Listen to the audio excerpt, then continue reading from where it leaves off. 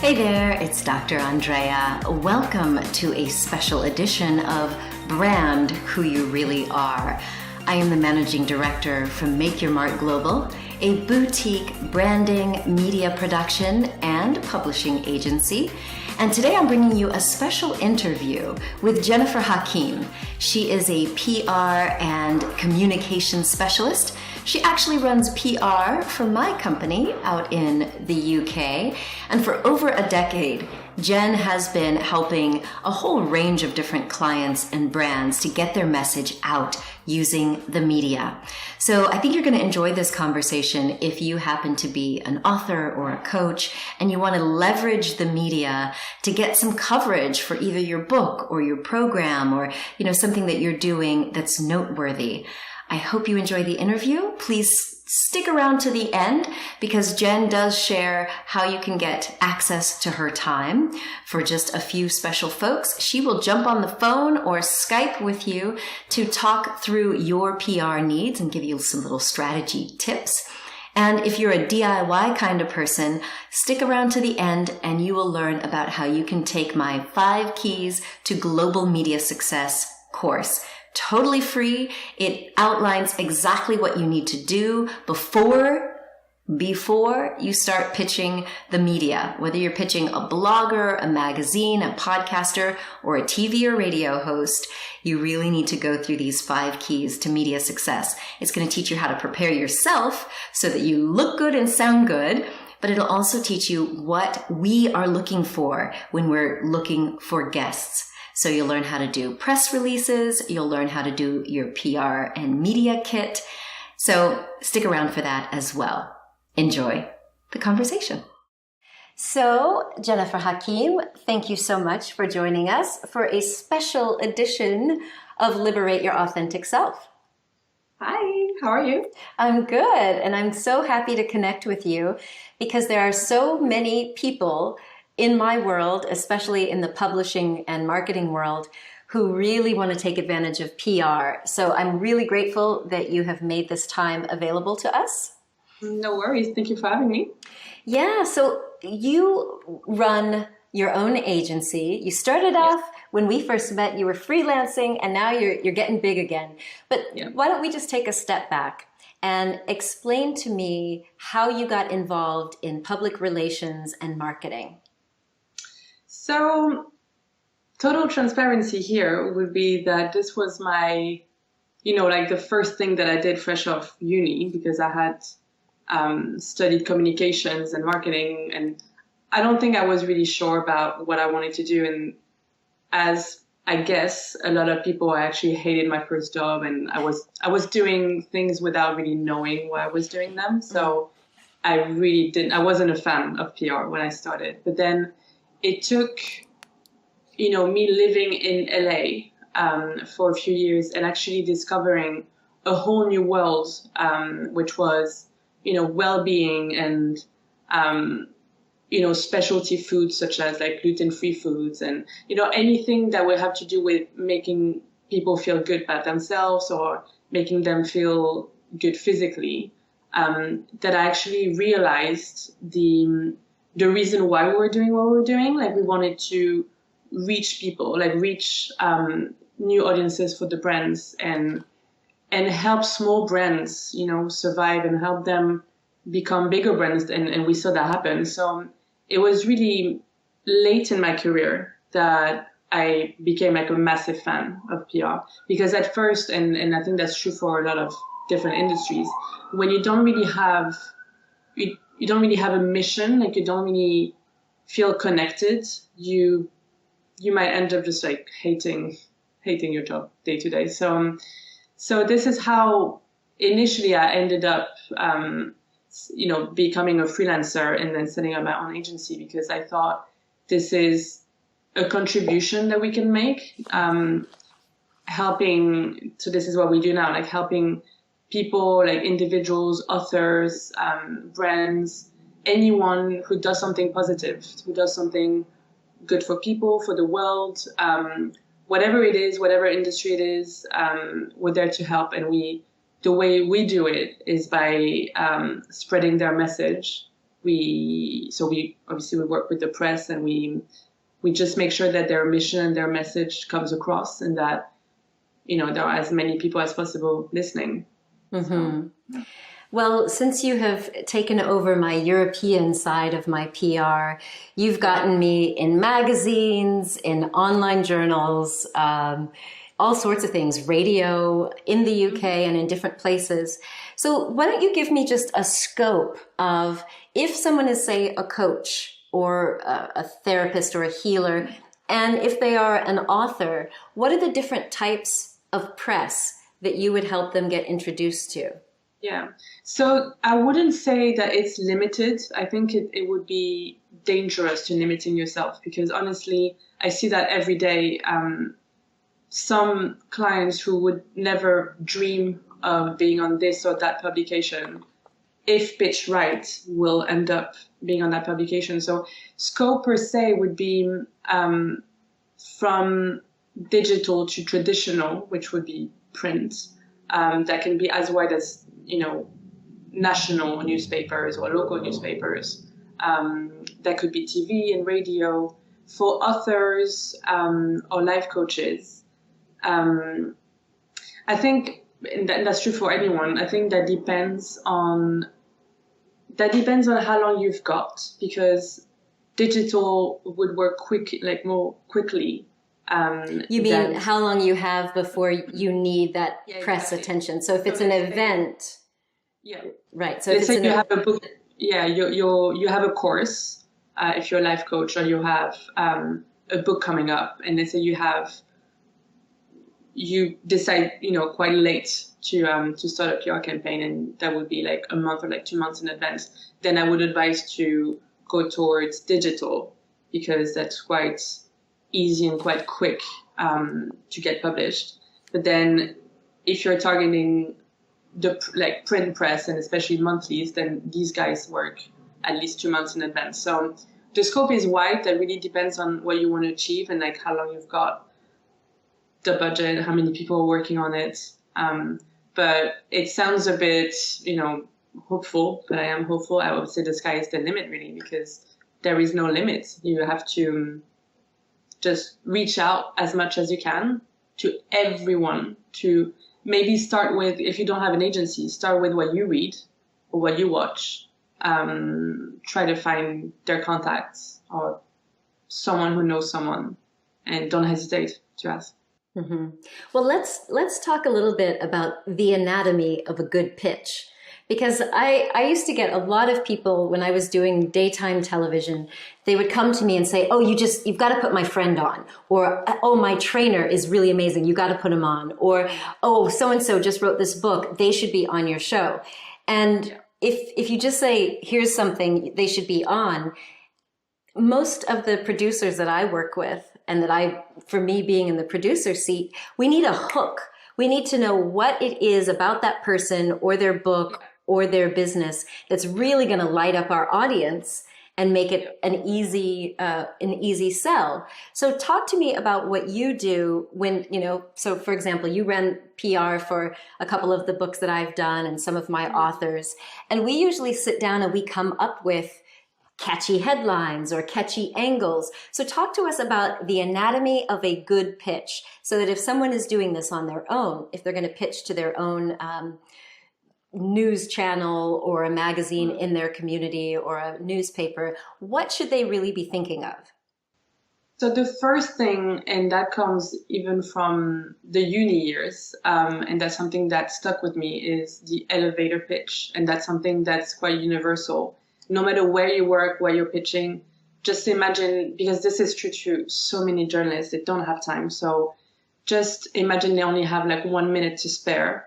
Make it short. So if it's in written form, keep it simple in like 3 lines. Have it so condensed that they can catch the essence of the client, or like the book that you're pitching, for example, in your case. So you need to have all the essential details. So the name of the person, what they just did, the project that you're pitching, where it's available, when it's coming out, why it's so special. That's something that you'll research, a long time in advance. Like, your USP, like what makes you so unique.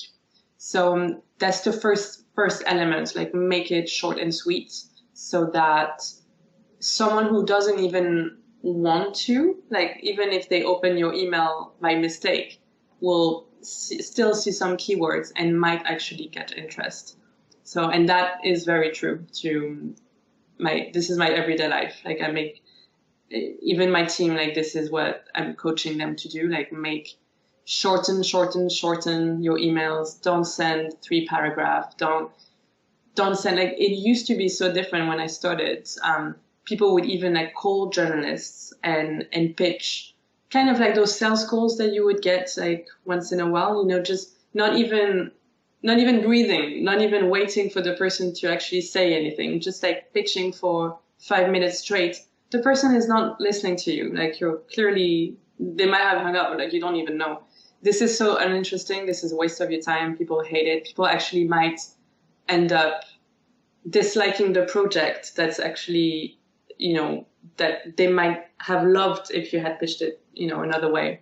So the essentials. And that's the second thing I want to say, is that the longer part would be, so in the case of a book, would be in the press kit. So this is like an actual document that if they need, you can send, where they have everything they can refer to.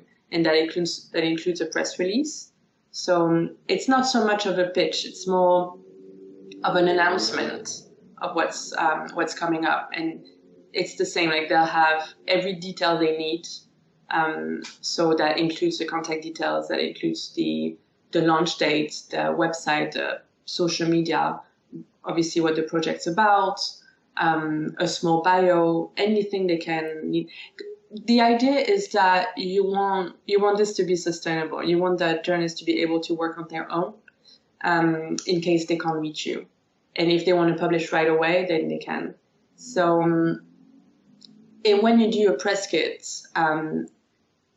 you can make it as long as you want, because this is really your way of compiling info, like really compiling like a Bible of the project. So you can include videos, because video pitching is, great if you have budget and you have a team that knows how to do it.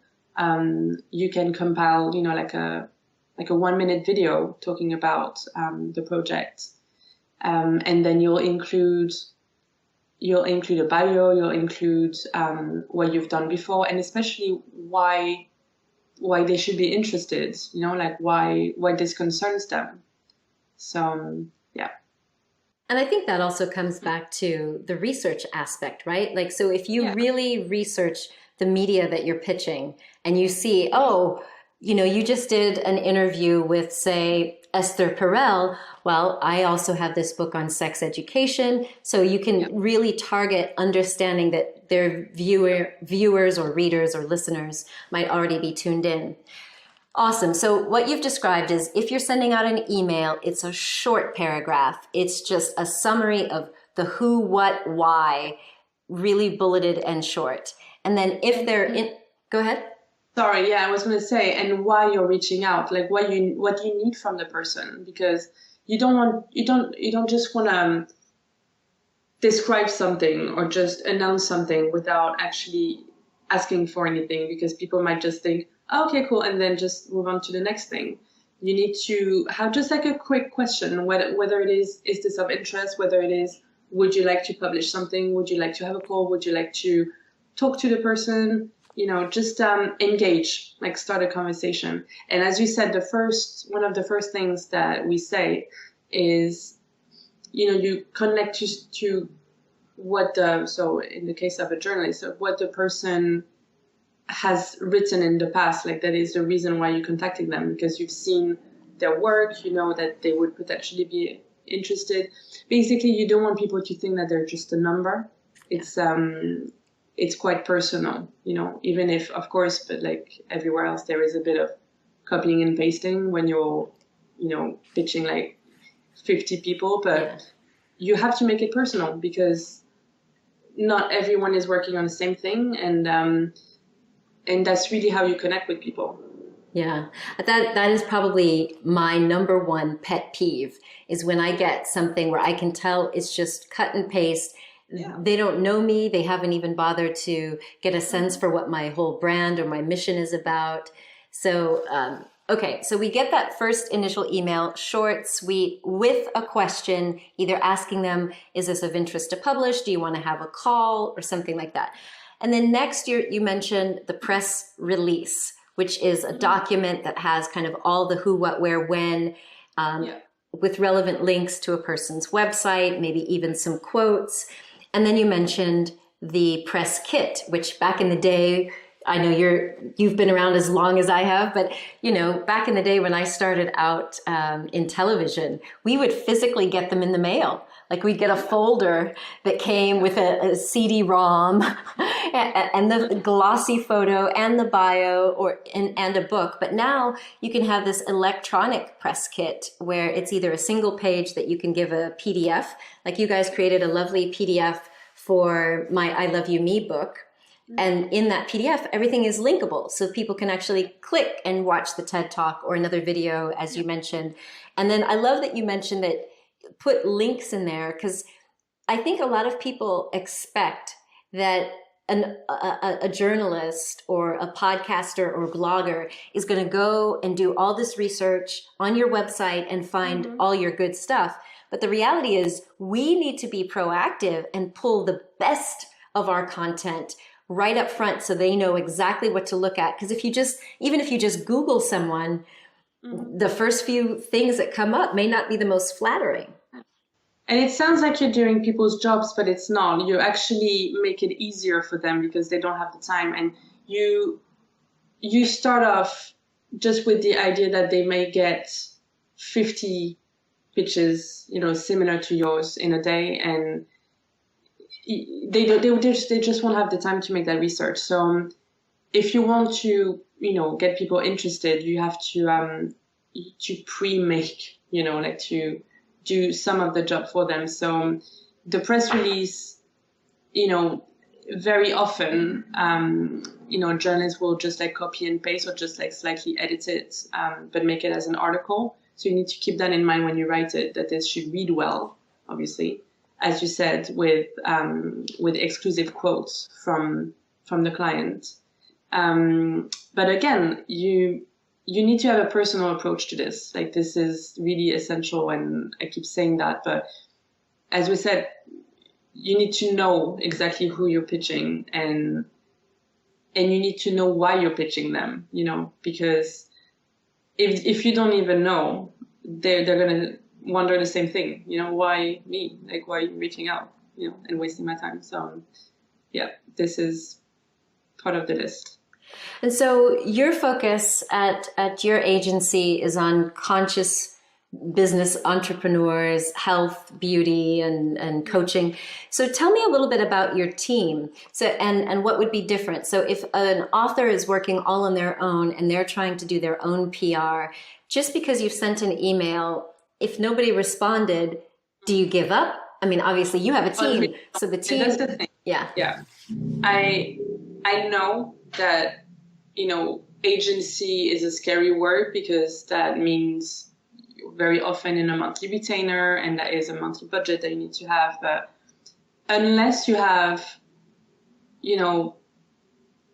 60 hours in a day, which no one has, you will waste your time doing it on your own, I think, because as an author, you have so many other things to do, and PR is such a full-time job because no, you do not stop there. You do not just send one email. You need to harass people in the nicest way, but not because you're actually, a pest, but because people sometimes don't see their emails, because sometimes people meant to reply to you and they didn't, or it didn't send, or it got stuck in their spam folder. Yeah, or they liked it, but they didn't like it enough.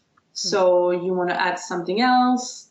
You need to follow up weekly and more with people in the nicest way. And it's so much work. There is so much. So you would know this because we work together, but our clients work with us as well. Like it's quite a contribution because we write a lot for the press. We like to do so that depends on agencies, but like the way that we work, we like placing opinion pieces and, things that come from the heart and thought leadership pieces. So we can write them for the clients or the clients can write them. So that takes some time as well. Obviously researching like the whole back end that people don't see, researching opportunities, researching all these new tools that keep popping up. Like every day there is a new magazine, there is, a move in this or that magazine, like this person actually takes on this new column. So there is a lot of work. It's not just sending an email and crossing fingers. Sometimes it does work. But if your objective is just to be on that one newspaper and then you actually luckily contacted the right person at the right time, then that might, work for you. But you need someone. It might not be an agency. It might be just like a freelancer. It might be someone who does like a couple hours a week for you, or an intern, a PA. But I really would advise to have someone who's dedicated, to that and knows what they're doing. Because if they don't and they pitch you the wrong way, if they don't get your message, this is your window. Like this is how people view you. So I'm not saying that you only have one chance, but you don't have a lot of chances, Yeah, So especially at stake. in today's day and age, Yeah. so many people are competing for the attention of journalists and bloggers and podcasters.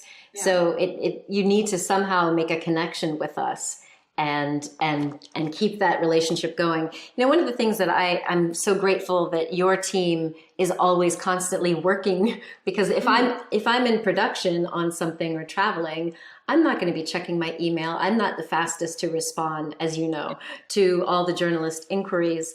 So it's that consistency of having someone who knows the brand, who knows all of the various types of pitches. That's such a help to me. So I know that you go ahead.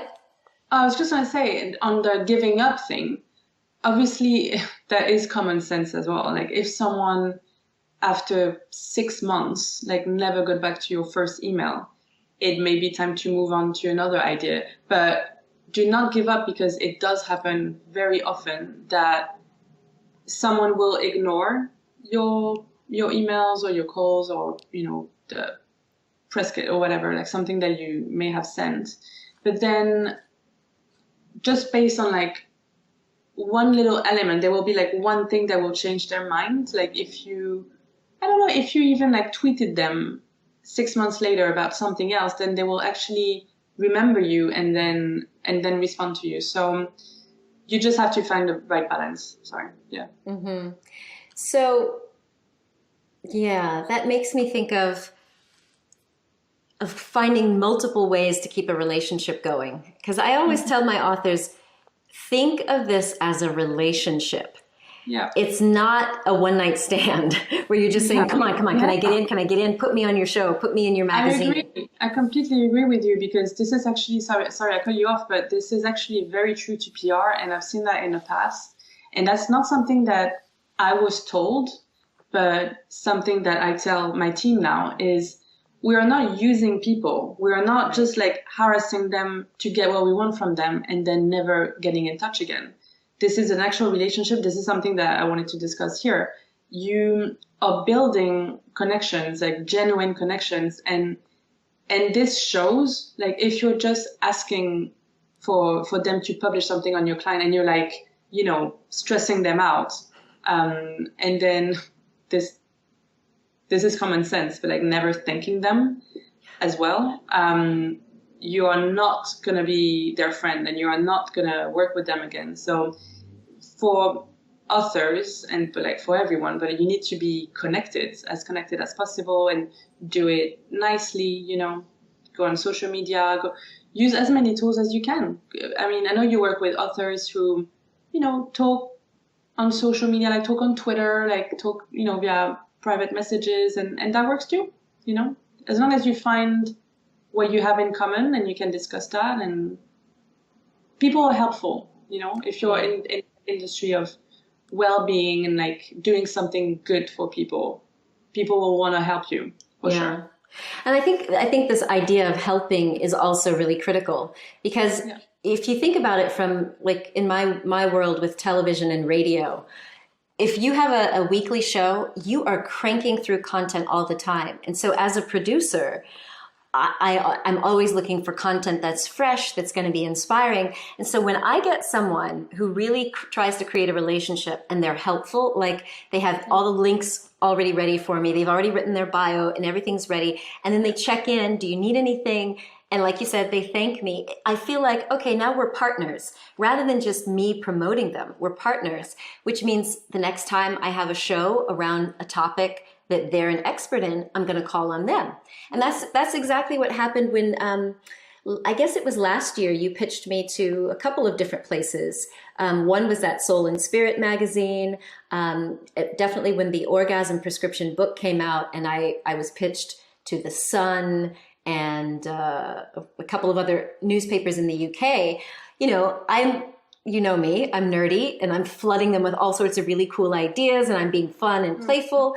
Well, sure enough, even after the book launch, I started getting emails and requests back saying, hey, we have this other show, or we have this other opportunity. Are you willing to contribute? And so then it created a much easier conversation. Yeah.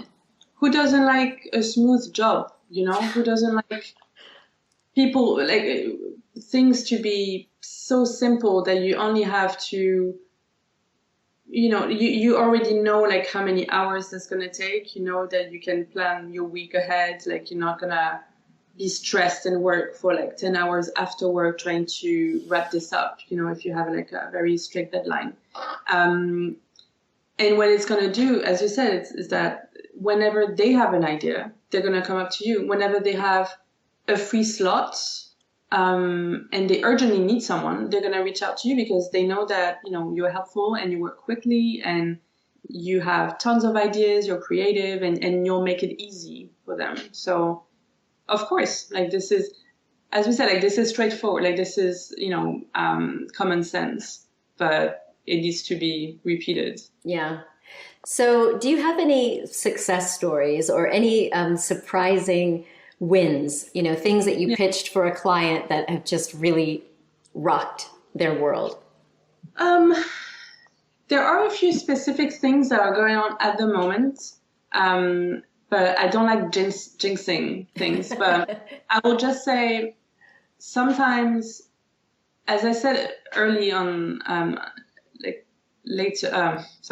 early on, I said that, the sky is the limit. And sometimes you may think, for example, I can't reach out to the BBC for this one. Like they're going to be too busy. Like this person has, I don't know, thousands, of followers, and they must be inundated with inquiries, to be on the show. And then you'll pitch an author that, is working on something that really resonates and that is, that has like a massive impact when they read the email, like they see your message, that is like so close to their story that they'll immediately reach out to you. And usually that's something that would take months, but because it is like straight from the heart and you've done your research and the person actually shares a lot of things with what you're pitching, then it will be so easy. So places like what I've been really proud of,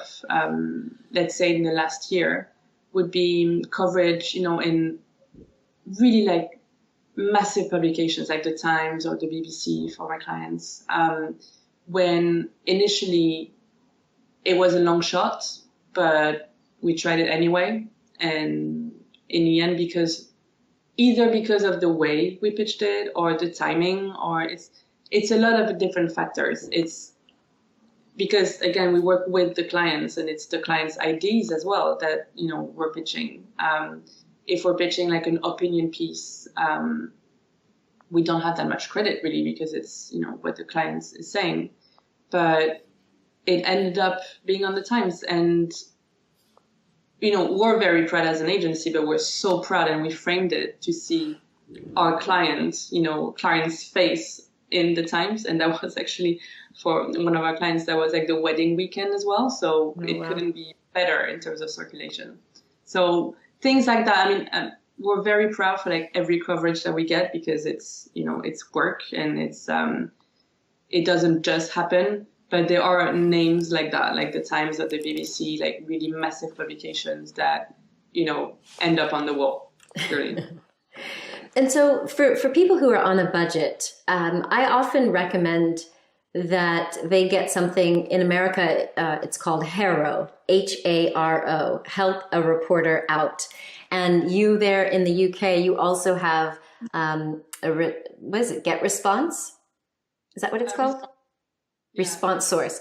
And so with this kind of a service, the way it started back in the day is, like I said, many of us as news reporters and journalists, we need a lot of stories to fill our magazines and newspapers and the news.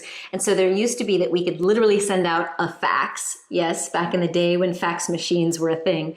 And it would exactly, you get these reams of paper, and we would kind of like look through them. But, if there was a headline about a particular need, like say, okay, we're looking for an expert in cardiovascular disease, or this is kind of how it came in from the Oprah Winfrey Show. They wanted someone who could speak about heart disease in Black people. And I was the one. But the cool thing about that is that these are journalists who are actually looking for specific topic experts. And so by subscribing to the service, which, there is a small fee for that, then you get access to a bunch of different people who are actively looking, and then you can pitch yourself. So tell me about what that experience has been like for you using Response Source. So Response Source is one of them. So this is the one that we use. But we've used recently, we tried out another one that I can name if you'd like.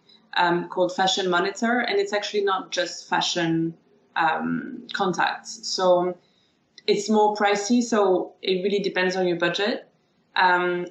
Just one word, obviously, if you are on a budget and you cannot afford, because this would be at least like £500, I think, per category, I would advise to look at Twitter, because Twitter is a huge source of journalist requests. So there is a hashtag which is journal requests, but there may be more, because I don't use them so much because we use responses. But I remember back in the day, like before I used any kind of database like this, Twitter would be my go-to. So there is a lot on there. You don't have to panic if you don't have budget for it. Or you can type, in the search box, like what they would write typically, like what they would write, let's say looking for an expert. You just type that on Twitter and see what comes up, and you just, browse by latest. And on Response Source, the great thing about it is that it's per category. So our clients, they're in various categories. What we use a lot is the women's interest and, general and like well-being category. But it's as wide as business, to health.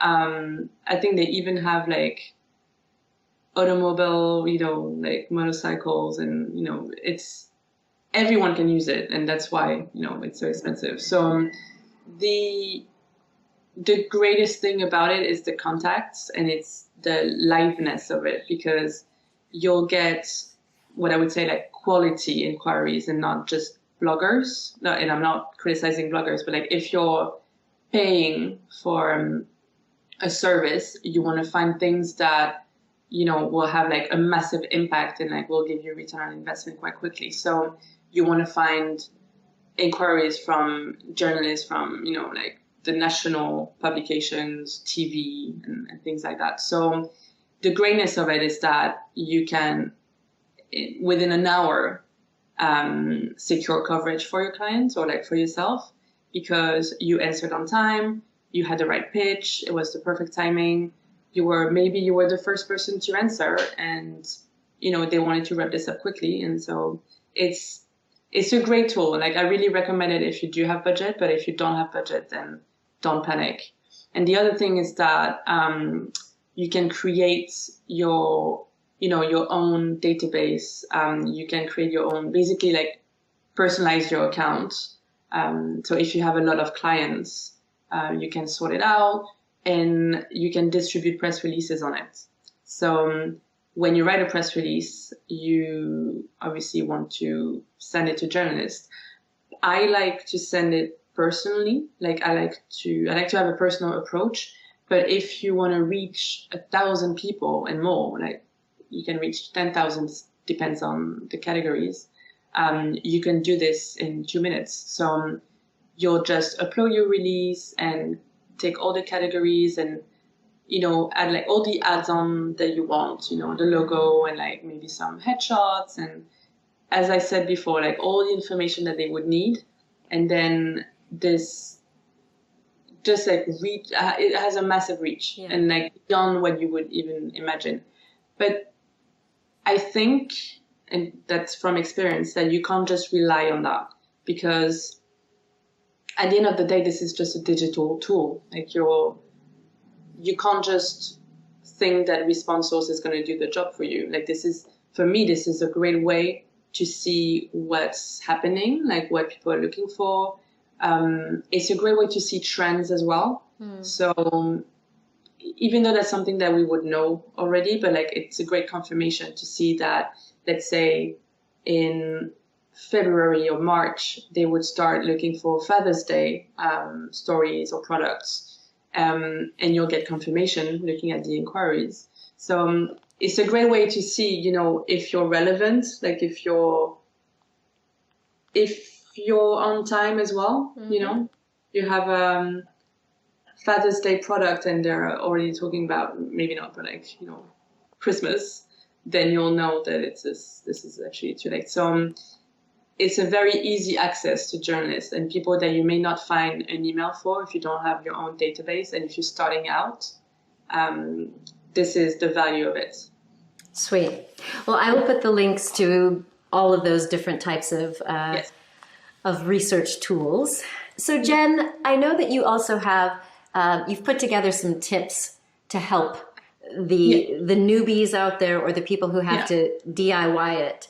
Tell us about that. So that is something that I can definitely give out, like on your website. It's difficult to condense, obviously, but I think there are like 5 things that I think you will agree with me. And it's true to PR, but it's true to personal life, it's true to branding, it's true to a lot of things. So the first thing really is to know yourself. You need to know your brand. You need to know, in the case of an agency, you need to know your client inside and out. Because this is really the first step. This is the only way that you can know what makes you unique, and it's also true to knowing your team. It's also true to knowing what's happening in the market, like why you're relevant. So you need to have knowledge about yourself, your brand, the client. This is really the first step. And the second thing is to be genuine, and that cannot, exist without the first one. So as you know, like you need to be authentic, and it's true in PR because it's true for the messaging. The messaging is true for the connections that you'll have with journalists.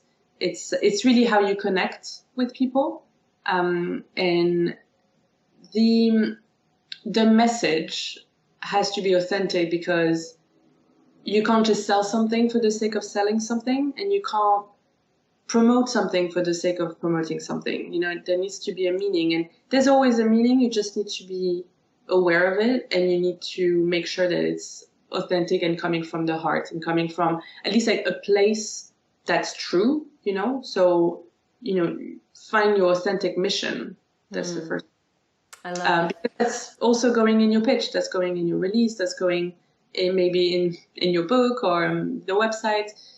It's part of your branding. Yeah. And then when it comes to PR, and that's something I will repeat my whole life, if they let me, and that's what I tell my staff, is to be nice. You need to be nice. You need to be obviously genuine, but you need to be nice and social, because when I started, people just told me to be social, but I was nice, but I didn't realize, seeing, what was happening around me, that, being nice, obviously you need to be nice always, but being nice is actually a very helpful tool, because all you need to do is, mean it when you say hi, how are you, and that's something that a lot of PRs will relate to. When you hang up the phone, insult the person you were just talking to. This is just not the way that we work. And it's just essential in business in general. You have to be, nice and social, and want to talk to people, want to know what they're working on, want to know what their interests are, why.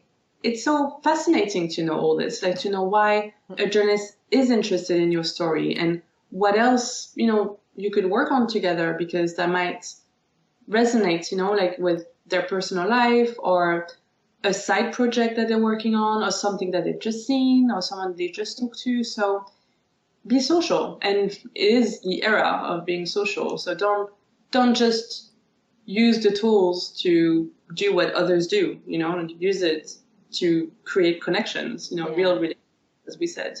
Absolutely. And then I would say, and it sounds obvious, but work, because it's not just about sending an email. It's not. I think maybe sometimes people think that this is an easy job, because we are not curing cancer, but we are,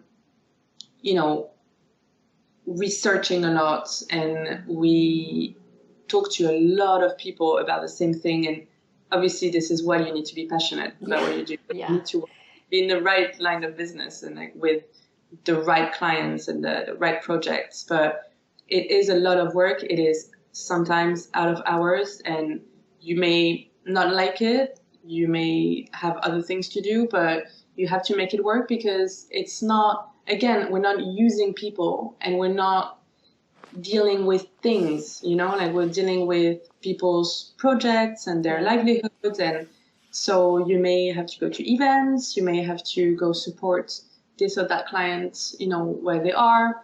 You may have to take over and write something for them. So it makes sense, but it's true. It's not just the last point, like being nice to people. It's also, work. So do you have these 5 PR tips? Are they in a PDF? Yeah. So I'll put a link to that. And then for those who want to get in touch with you, they can visit jh-communications.com. That's J for Jen, H for Hakim, -communications.com. And you mentioned that you would be so generous as to actually give maybe 3 people a PR and marketing assessment, which is hugely valuable. So how should we do that? So just schedule a conversation with me and the team, so that we can, have like a starting point, like see what you want to promote, if you already have something like a project that is launching soon, or if you're writing a book, or like in the middle of something, or you want to do it yourself, but you just don't know how to. So we can schedule like a half an hour, like hour. We'll just see how it goes, really. But talk with us and see how we can help, how you can get started. Wonderful. So if you would like to take advantage of this offer, I'm sure they are going to get snatched up very quickly. You can send an email to info@jh-communications.com. And of course, the description will have the links and the email address as well. Well, Jen, thank you so much for spending a little time with us today to talk about PR and communications and why you are doing what you do for my company, for my authors, and other heart-centered, soulful entrepreneurs. Thank you. Thank you so much, Andrea. God bless you. Blessings to you as well. So there you have it, my friends. There are plenty of resources available so that you can get your message out to the world. Please don't give up on your mission. As you heard from Jen, it does take a lot of repetition and persistence. But if you really believe in your message or your book or your product, then I promise you it is worth it to leverage the media so that you can touch more lives and serve more people. So until next time, my friends, remember that you are a gift to the world. So share your presence with passion. Much love. Bye. So did you enjoy meeting Jen? She is awesome. She has been getting me some really incredible press hits. So I thought it would be wonderful for you to kind of hear inside of the mind of a PR agent. I love the work that she's doing. So if you're interested in taking her up on her offer, send an email to info@jh-communications.com. You'll see the links in the description somewhere. And if you would like to join us for the 5 Keys to Media Success, totally free, no obligation, you can go through those videos pretty quickly and really get on your way to pitching yourself fabulously. And if you still don't know how to describe what you do to the world and you need a little bit of help with your brand, then you can also join us for the Personal Branding Bootcamp or the Personal Branding Live workshops. And every month I host a free Q&A session and hot seat laser coaching for those who have joined that program. So again, all of the links to the Personal Branding Bootcamp and our live workshops are in the description. Everything is low cost so that you have no excuse. If you have a message that you believe is going to help this beautiful world of ours, then I want to help you get it out there.